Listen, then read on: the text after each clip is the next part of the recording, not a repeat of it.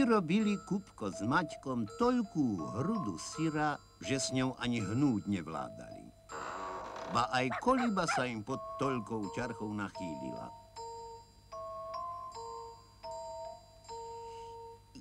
Joj, či Anciáša, či je ťažký, joj.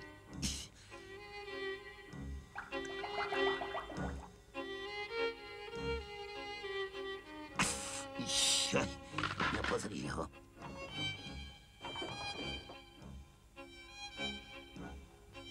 Škodže ponôž, vraví Kupko Maťkovi. Veďže drž, čože si to za chlapa? Spýtuje sa Maťko.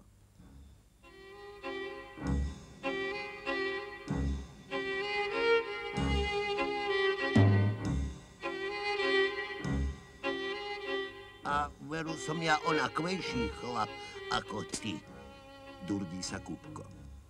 Ak si chlap, poď sa pasovať, Maťko na to. Veď, hej, len si vydýchnem.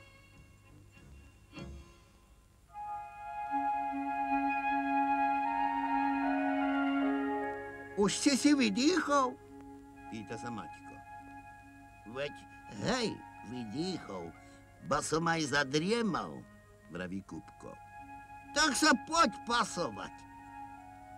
Veď, hej, ale sa mi nežiada len tak po nič za nič, ošíva sa Kupko. Ak si kaľavnejší, syr bude tvoj. Ej, veď nedbám, Kupko na to. A tak sa teda pasovali.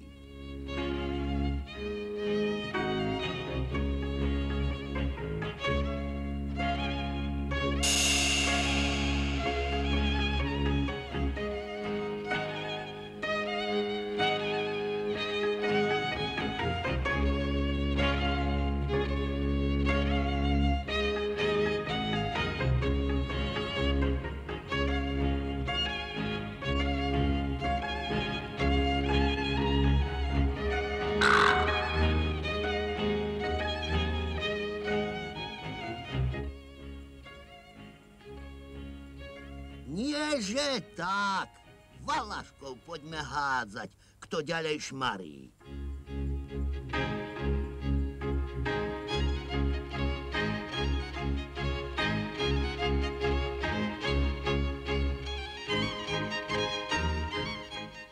Hádam, ty najprv, mieni Kupko.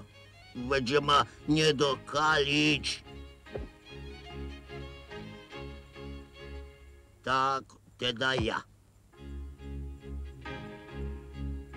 Veď si nehodil. Hodil. Len som porisko zabudol pustiť z ruky. Poď, budeme si inakšie silu merať. Či vidíš hen tú suchú borovicu?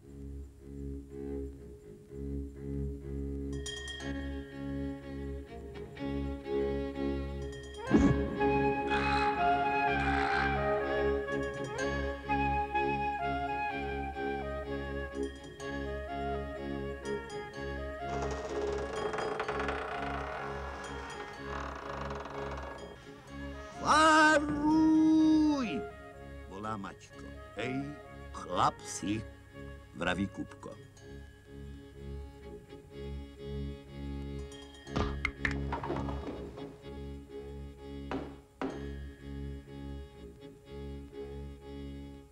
Rúči chlap z teba. Aj z teba, raduje sa Kupko. A tak sa obaja smiali a tešili sa z vlastnej sily. Až im vytrávilo a spomenuli si na tú hrudu syra. Pojďte, kozina, daj nám syra, gazdina. Ak nám syra nedodáš, slabých chlapov vychováš. Ak nám syra nedodáš, slabých chlapov vychováš.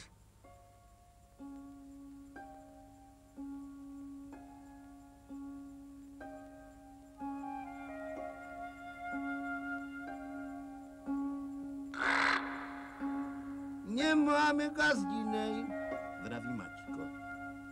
Ba ani syra, Rúči sme my mládenci, ale syr nám zožrali vrany.